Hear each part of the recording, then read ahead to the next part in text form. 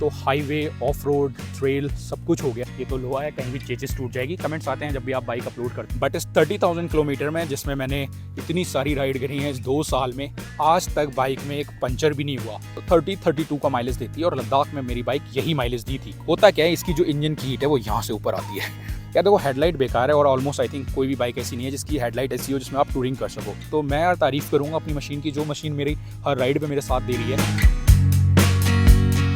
WhatsApp guys, a very good morning. कैसे हो सारे? Welcome back to another blog. तो आज का ये ब्लॉग बहुत ही स्पेशल होने वाला है क्योंकि आज है मार्च 30, 2026 और ऑन मार्च 29, 2024 को मैंने अपनी बाइक परचेज़ करी थी। तो इस पीरियड में ऑल एग्जैक्ट 2 ईयर्स कंप्लीट हुए अपने नंदी को। Nandi is 3 now, in 3 now, 2 years completed.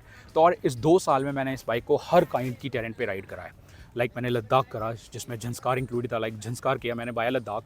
उसके बाद मैंने दिल्ली टू गोवा करा, दिल्ली टू कच्छ करा है जिसमें गुजरात में सोमनाथ जी, द्वारकाधीश भी इंक्लूडेड है। तो हाईवे, ऑफ रोड, ट्रेल सब कुछ हो गया।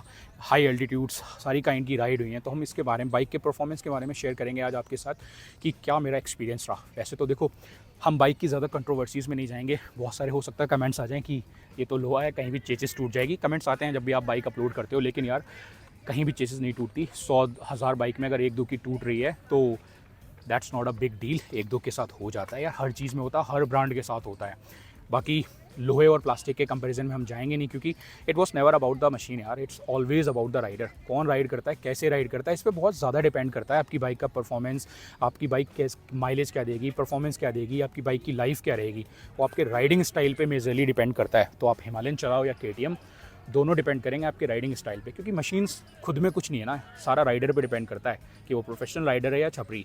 आजकल तो लोग क्लासिक 350 लेके घूम रहे हैं। आजकल नहीं, इनफैक्ट ये बहुत टाइम से है। जो क्लासिक 350 के एग्जॉस्ट पे इतना सीन हुआ, वो हुआ ही इसीलिए है क्योंकि लोग गलियों में उसके पटाखे मारते घूम रहे थे एग्जॉस्ट लगवा के। तो बाइक को छपरी बुलाना बंद करो, राइडर को छपरी बुलाना शुरू करो। बाकी हम आते हैं अपनी बाइक के बारे में और फिर हम डिटेल में बात करते हैं कि अब तक मेरा एक्सपीरियंस इस बाइक के साथ कैसा रहा। ऑलराइट गाइस, तो फ्रेम चेंज, क्योंकि वहाँ पे धूप आ गई। पेड़ के साथ फ्रेम काफ़ी अच्छी आ रही थी लेकिन धूप आ गई तो थोड़ा साइड्स आ गए। साइड से थोड़ा कचरा ज़्यादा है, कचरे को इग्नोर करना, ग्रीनरी को एंजॉय करना। काफ़ी अच्छी लोकेशन है ये, यहाँ पे काफ़ी क्रिकेट खेलते हैं लोग। गाज़ियाबाद में मुझे लग रहा है मेरे आसपास ना इकलौती लोकेशन बची है जहाँ लोग क्रिकेट खेल सकते हैं, वरना तो जगह की कमी होती चली जाएगी शहरों में भी। ऑल नो, कोई नहीं, हम वापस आते हैं अपनी बाइक पे। तो हमने बाइक को ऑलमोस्ट 30,000 किलोमीटर राइड कर लिया। अगर एग्जैक्ट की बात करें, that is 29,300 something is there. Let's go on the meter. तो ये है 29,318 किलोमीटर हमने बाइक को राइड कर लिया है इस 2 साल में, जिसमें जैसे मैंने बताया major trip was our Zanskar, then Maharashtra, then Kutch ride जो मैंने सोलो करी थी। भाई कच्छ राइड जो मैंने सोलो करी है ना, क्या मज़ा आया था उस राइड पे। सोलो राइड इज़ बेस्ट अगर आप हिम्मत दिखा सकते हो। थोड़ी महंगी पड़ती है क्योंकि होटल्स महंगे हो जाते हैं, तो वो पार्ट एक आपको देखना पड़ेगा। बाकी सोलो राइड से बेहतर मुझे नहीं लगता और कुछ हो सकता है। बस आप अपनी बाइक को थोड़ा मेंटेन करके रखो। सोलो राइड में अवॉइड करना है आपको नाइट में राइड करना, क्योंकि अगर बाई चांस कुछ ब्रेक डाउन होता है यार, दे आर मशीन्स ना, कहीं भी कभी भी ब्रेक डाउन हो सकता है। कोई लाइक सुपर पावर तो है नहीं, इनमें कुछ नहीं होगा। सुपर पावर भी स्ट्रगल कर रही है ईरान में आजकल तो इनमें कुछ भी हो सकता है। तो आप सोलो राइड कर रहे हो तो नाइट में राइड करना अवॉइड करो। बाकी इट्स ऑल फन, क्योंकि डे में तो हेल्प मिल ही जाएगी। बाकी RSA वगैरह लेके रखो। मैंने अपनी बाइक का 5 साल का RSA और एक्स्ट्रा वारंटी ले रखी है बाई चांस अगर ज़रूरत पड़े। बट इस 30,000 किलोमीटर में, जिसमें मैंने इतनी सारी राइड करी हैं इस 2 साल में, आज तक बाइक में एक पंचर भी नहीं हुआ। जब ट्यूब टायर थे तब मैंने एक शिमला की राइड करी, उसके बाद ट्यूबलेस कन्वर्जन करवा के मैंने लद्दाख झंस्कार करा। ट्यूबलेस कन्वर्जन भी सक्सेसफुल रहा मेरा। उसके बाद मैंने डाले ये गोल्डन ट्यूबलेस स्पोक्स। तो लेट्स स्टार्ट विद दिस यार। देखो 3,70,000 रुपये की ये बाइक मुझे पड़ी थी, जिसमें मैंने ऑलमोस्ट 1 लाख रुपीज़ की मॉडिफिकेशन करा दी है। तो द टोटल कॉस्ट इज़ 4,70,000 और 4,70,000 में आपको ये जहाज़ मिलता है। तो आप इससे मतलब एक BMW वाला तो परफॉर्मेंस कभी भी आप एक्सपेक्ट नहीं कर सकते BMW लेके। अगर आप एक्सपेक्ट कर रहे हैं तो आप गधे हैं, तो वो चीज़ आप इग्नोर कर दो। बाकी मैं आपको अपना जो एक्सपीरियंस है वो ऑनेस्ट रिव्यू दूंगा मैं आपको, मैंने जो भी फील किया अब तक बाइक के साथ। क्योंकि यार देखो, मेरी बाइक में कोई ब्रेकडाउन नहीं हुआ। इंटरनेट पे मैंने देखे, मुझे भी थोड़ा डर तो लगा था कि ऐसा कुछ हो गया कहीं, स्पेशली जब मैं सोलो राइड कर रहा था। बट फिंगर क्रॉस, आज तक कोई भी प्रॉब्लम नहीं आई मेरी मशीन में। It's all good. और एक चीज़ थी, लाइक जो इसकी जो किट की जो टाइमिंग चेन थी वो थोड़ी आवाज़ कर रही थी। तो मैंने इसका जो टाइमिंग चेन टेंशनर है वो मैंने चेंज करवा दिया था। अभी मैंने रिसेंटली लास्ट मंथ कराया और जो आवाज़ थी वो भी गॉन। तो बाइक में अभी फ़िलहाल के लिए कोई भी प्रॉब्लम नहीं है। सिर्फ इकलौती वो प्रॉब्लम आई थी, वो मैंने सॉल्व करा दी। तो देयर इज़ नो प्रॉब्लम। वो यार बियर एंड टियर पार्ट होते हैं, वो प्रॉब्लम कर सकते हैं। उसके बाद अगर हम बात करें अपनी बाइक के माइलेज की, तो मेरी बाइक अगर मैं ग्रुप के साथ राइड कर रहा होता हूँ तो 30-32 का माइलेज देती है, और लद्दाख में मेरी बाइक यही माइलेज दी थी। कच्छ गई, इवन महाराष्ट्र राइड पे भी अराउंड 30 का माइलेज दी मेरी बाइक ने पूरी राइड पे, जो ओवरऑल एवरेज मैंने कैलकुलेट किया। उसके बाद अगर कच्छ की बात करें तो कच्छ मैंने सोलो करी थी। कच्छ में मेरी बाइक 25 का माइलेज दी, क्योंकि मैंने 120 130 मतलब फुल स्पीड में क्रूज़ किया। अगर की बात करें लास्ट के 2 डेज़ में मैंने 700 किलोमीटर डे में खींची है एक दिन में। और सोमनाथ से शुरू किया सुबह 8 बजे, 7 बजे पहुंच गया था मैं उदयपुर। उदयपुर से नेक्स्ट डे शुरू किया मैंने सुबह 6:30 बजे, और मैं दिल्ली था शाम को 4:30 बजे। तो आप गैस कर सकते हो मैंने किस स्पीड में इसको राइड किया है। तो माइलेज 25 का देनी थी, और मुझे कोई प्रॉब्लम नहीं है। 450 सीसी बाइक के लिए मेरी पल्सर 200 सीसी है, वो भी 30-32 का ही माइलेज देती है। तो अगर ये 25 का देगी, I am okay with that. तो अगर अपनी बाइक में वाइब्रेशंस की बात करो तो डेफिनेटली यार वाइब्रेशंस हैं, आप वाइब्रेशंस को डिनाई नहीं कर सकते। रॉयल एनफील्ड है, कहीं ना कहीं वाइब्रेशन थोड़ी तो लिंक्ड रहती हैं, पर इस बाइक में उतनी वाइब्रेशन नहीं है। और इन वाइब्रेशन को कम करने के लिए रॉयल एनफील्ड ने सारी कोशिशें करी हैं। स्पेशली अगर आप फुट पैक्स को देखोगे तो फुट पैक में इन्होंने यहाँ पे जब माउंटिंग करी हुई है ना, तो बीच में रबर के वार्शर्स लगा रखे हैं। अगर इसमें आ रहा है, आई एम ट्राइंग, नहीं दिख रहा है, यहाँ पे ना रबर के वार्शर लगा रखे हैं, तो जिसकी वजह से फुटपैक की वाइब्रेशन बहुत कम हो गई। सेम इन्होंने हैंडल बार में भी यहाँ पे रबर बुश लगा रखे हैं, तो उसकी वजह से हैंडल बार की वाइब्रेशन कम हो गई। देखो आपको फील होती है, अगर आप 6000 आरपीएम से थोड़ा नीचे होते हो तब आपको ज़्यादा होती है। इससे आप 6000 आरपीएम क्रॉस करते हो ना, आप 100-120 पहुँचते हो, बाइक और स्मूथ हो जाती है। तो जो थोड़ी बहुत आपको फील हो रही होती है वो भी चली जाती है। राइडिंग गियर्स में वैसे ही कम पता चलती है, मैंने अच्छे ग्लव्स पहन रखे होते हैं। आपको हैंडल पे थोड़ी बहुत फील होती है, ज़्यादा फील हो आप ग्रिप पपीज़ डाल सकते हो, बट मुझे ज़रूरत नहीं पड़ी उनकी, तो वो मैंने ऐसे ही छोड़ दिए। मैंने पल्सर 220 से इस पर स्विच करा है। पल्सर 220 मेरी एक तो यार वो sports tourer kind of bike है, क्लिप ऑन हैंडल बार्स हैं उसके। दूसरा 200 सीसी 20 bhp। जब मैंने इसमें स्विच करा देन आई रियलाइज़ कि यार एक एडवेंचर बाइक कितनी कंफर्टेबल हो सकती है। इस बाइक की जो सबसे बेस्ट पार्ट है वो है इसकी सस्पेंशन। अमेजिंग सस्पेंशन है यार। मैंने मतलब 1000 किलोमीटर इन अ डे भी राइड करा है और कभी फील नहीं हुआ। बस सीट से थोड़ा लगा, क्योंकि सीट पे मैंने थोड़ा सा काम कराया था। अगर मैं आपको बताऊं तो मेरी हाइट है 5'7", तो इस सीट को मैंने थोड़ा सा चॉप करा दिया था, क्योंकि अगर इसकी स्टैंडर्ड सीट हाइट की बात करो तो स्विचेबल है 825 और 845 mm में। तो 825 मेरे लिए थोड़ा सा ज़्यादा हो रहा, तो मैंने अराउंड 15 mm चॉप कराया।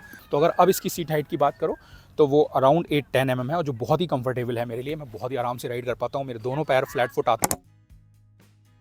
सस्पेंशन के साथ साथ इसका जो इंजन परफॉर्मेंस है, इंजन थोड़ा सा हीट करता है। एक ये प्रॉब्लम है। वैसे तो कैसी कौन सी बाइक होगी जो हीट नहीं करती होगी, बट आप ऑल डे से 100-120 पे राइड कर सकते हो। आपको लगेगा ही नहीं कि आपकी मशीन थक रही है, आप मशीन पर लोड डाल रहे हो। 120-125 में बहुत ही ईजिली क्रूज़ करता हूँ, मुझे कहीं से नहीं लगता। यस, जब 140 प्लस जाता हूँ तो लगता है कि इंजन थोड़ा लोड ले रहा है। 120-125 पे बिल्कुल भी नहीं लगता इंजन लोड ले रहा है, बस इंजन हीट करता है। अगर आप फ्लो में राइड कर रहे हो तो कोई प्रॉब्लम नहीं आती। लेकिन जब आप जैसे सपोज ट्रैफिक में फंस गए, आप कहीं लंबा आ रहे हो, फिर होता क्या है, इसकी जो इंजन की हीट है वो यहाँ से ऊपर आती है और फिर वो आपके हेलमेट से घुसती है। तो पैर जो हीट करते हैं सो करते हैं, बाकी जो फ्यूम्स लगते हैं तो वो फ्यूम्स मुझे झंस्कार में थोड़ा परेशान किए थे, क्योंकि यार लद्दाख में ऑक्सीजन कम है तो आपको वैसी थोड़ी डिजीनेस होती है। और फिर जब आपको फ्यूम्स इंजन वाले लगते हैं ना, तो वो आपको सर और थोड़ा चकरा देते हैं। तो एक मुझे वो प्रॉब्लम आई थी। और एक और चीज़, अगर अपनी बाइक की बात करूँ तो लोगों को ना हिमालयन में राइट साइड पुल का काफ़ी ज़्यादा इशू है, बट मेरी बाइक में वो नहीं है। अगर आप मेरी वीडियोस देखोगे, मैंने पैनियर्स के साथ मैं राइड करता हूँ, हाथ छोड़ देता हूँ, मेरी बाइक ना राइट भागती ना लेफ्ट भागती है, सेंटर में चलती है। पैनियर्स में बस मैं थोड़ा सामान का ध्यान रखता हूँ, बिना पैनियर के होता हूँ तो फिर तो कुछ ध्यान नहीं रखना, बाइक ऐसे ही चलती है। बाकी मैंने अभी एक यूट्यूबर उनकी वीडियो देखी, देवर लाइक की ये एक पॉइंट है, क्योंकि इसके जो शॉकर हैं वो छोटे बड़े होते हैं। मैंने देखा ही वॉज राइट कि शॉकर छोटे बड़े होते हैं, बट मेरी नहीं जा रही। तो मुझे नहीं लगता कि ये एक डेलिब्रेट एक्शन है, इसका कुछ ना कुछ तो प्रॉब्लम है जिनकी बाइक्स में है। मेरे में लकली वो भी नहीं है, किस्मत अच्छी थी। फर्स्ट बैच वाली बाइक्स में ज़्यादा होती है। मैंने मार्च में ली थी, लॉन्च तो 2023 में हो गई थी, तो मुझे वो प्रॉब्लम भी नहीं आई। एक चीज़ थी जो इसकी बेहतर हो सकती थी, वो थे इसके रियर व्यू मिरर्स। यार ये एक तो छोटे हैं, राउंड शेप है, शायद इसलिए छोटे हैं, पता नहीं क्या। तो जब राइडिंग गियर्स पहनते हैं तो शोल्डर का जो शोल्डर प्रोटेक्टर है ना, उसकी वजह से शोल्डर और चौड़े हो जाते हैं। इसकी वजह से ना इसका पीछे का व्यू छुप जाता है। मैंने इसके लिए एडवेंचर मिरर ऑर्डर कर रखे हैं, बहुत ही जल्द आने वाले हैं, तो वो भी हम आपको अपडेट करेंगे। दूसरी है वो है इसकी हेडलाइट। या देखो हेडलाइट बेकार है, और ऑलमोस्ट आई थिंक कोई भी बाइक ऐसी नहीं है जिसकी हेडलाइट ऐसी हो जिसमें आप टूरिंग कर सको। उसके लिए मैंने बढ़िया 2 पेयर ऑफ लाइट्स लगा रखे हैं, डिटेल ब्लॉग है चैनल पे, तो उसका तो सोल्यूशन हो गया लाइट को छोड़ के।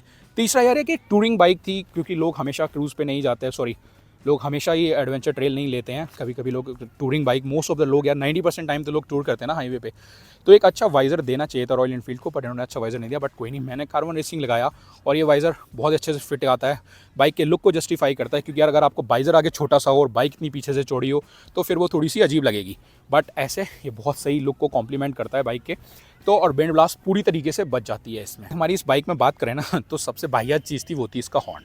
लाइट तब भी थोड़ा बहुत आप काम चला सकते थे, हॉर्न तो भाई स्कूटी वाला हॉर्न दे रखा था, कोई साइड नहीं देता, बाइक के लुक को तो बिल्कुल ही जस्टिफाई नहीं करता। अब लुक से मैं इसलिए बोल रहा हूँ कि अब सपोज पैनिस लगा रखे, बाइक चौड़ी हो गई, अगर आप किसी को हॉर्न दे रहे हो, अगर स्पेशली ई रिक्शा वाले, अगर वो आपको प्रॉपर साइड नहीं दे रहा तो आप इस बाइक नहीं निकाल सकते। उसको लगेगा स्कूटी है, थोड़ी सी जगह में निकल जाएगी, पर ये बाइक निकलेगी नहीं।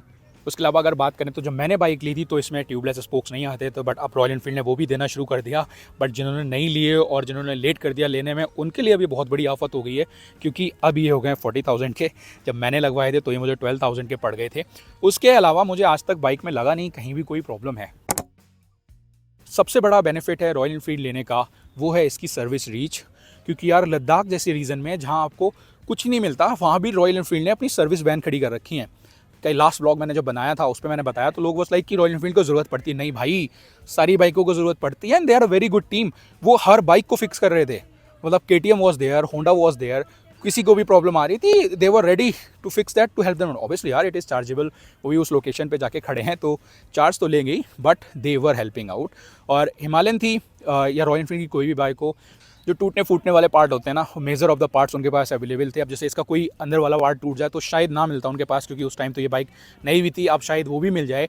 लेकिन clutch wire, accelerator wire, levers, ये सब उनके पास अवेलेबल था। इवन मिरर्स भी अवेलेबल थे, जिस बैंड के पास उन्होंने, शशांक भाई ने अपनी बाइक की चैन टाइट कराई थी। तो सर्विस रीच तो इसका सबसे बड़ा वाला प्लस पॉइंट है, क्योंकि एक तो हर जगह सर्विस मिल जाती है, नहीं भी मिल रही, रॉयल एनफील्ड है, लोकल मैकेनिक देखने को मना नहीं करेगा। बहुत सी बाइकें ऐसी होती हैं लोकल मैकेनिक उन्हें देखने से ही मना करते थे, बोलते हैं हम हाथ नहीं लगाएंगे इस पर। रॉयल एनफील्ड है, एक तो लोकल शॉप पे पार्ट्स भी मिल सकते हैं अगर आपको छोटा मोटा पार्ट वियर एंड टियर होता है। बाकी सर्विस सेंटर तो है ही हर जगह, हर 100 किलोमीटर में मुझे मिल ही जाएगा। लद्दाख जब अंदर हनले की तरफ जाते हैं ना, वहाँ एक सर्विस वैन खड़ी कर रखी है। अगर आप मनाली की साइड जाओगे, पांग क्रॉस करने के बाद जो मोरे प्लेन्स आता है, मोरे प्लेन्स के बाद भी उन्होंने एक सर्विस वैन खड़ी कर रखी है। और क्या एक्सपेक्ट करते हो आप एक ब्रांड से। तो आई थिंक मैंने सब कुछ कवर कर दिया है। बाकी यार मेरे को कोई प्रॉब्लम आई नहीं तो मैं प्रॉब्लम बता नहीं सकता, बस वाइब्रेशन, हेडलाइट थोड़ी वीक है इसकी, तीसरा जो इंजन हीट स्लो ट्रैफिक में जो मुंह पे आती है वो एक प्रॉब्लम है। उसके बाद कुछ और प्रॉब्लम थी नहीं। सीट हाइट वो मेरे लिए प्रॉब्लम है, क्योंकि मैं 5'7" हूँ, जो 5'8", 5'9" है उसके लिए वो प्रॉब्लम हो नहीं सकती। तो इसमें कोई ऐसी मेजर प्रॉब्लम आई नहीं मुझे। तो मैं यार तारीफ़ करूँगा अपनी मशीन की, जो मशीन मेरी हर राइड पे मेरे साथ दे रही है, उसके बारे में मैं बुराई कैसे कर सकता हूँ। जब मुझे परेशान करेगी तो मैं डेफिनेटली सच बताऊँगा आपको, फिर ऐसा नहीं कि यार मैंने पैसे दे के खरीदी तो मैं इसकी बुराई क्यों करूँ। लेकिन जब वो यार वो प्रॉब्लम दे नहीं रही तो मैं उसकी बुराई कैसे कर दूँ। तो आई थिंक मैंने सब कुछ कवर कर दिया। इधर से धूप आ रही, उधर से एंगल साइज फ्रेम ज़्यादा अच्छी आ रही थी, बट कोई नहीं, चेंज ऑफ फ्रेम। बाकी मैंने सब कुछ कवर कर दिया। अगर आपका कोई भी क्वेरी है तो आप मुझे कमेंट कर सकते हैं, मैं आपको ज़रूर से रिस्पॉन्ड करूँगा उस पर। एक डिटेल ब्लॉग मैंने ऑलरेडी इस पर बनाया हुआ है, आप उसको चेकआउट करना। ये तो मैंने बस ऐसे ही बना लिया क्योंकि 2 साल कंप्लीट हुए थे, तो इस पर मैंने ज़्यादा रिसर्च करके नहीं बनाया। लास्ट टाइम मैंने रिसर्च करके बनाया हुआ था। तो ब्लॉग आपको चैनल पर मिल जाएगा, लिंक मैं आपको डिस्क्रिप्शन में दे रहा हूँ, ज़रूर से चेकआउट करना। बाकी तो फिर इस ब्लॉग को करते हैं यहीं पे एंड।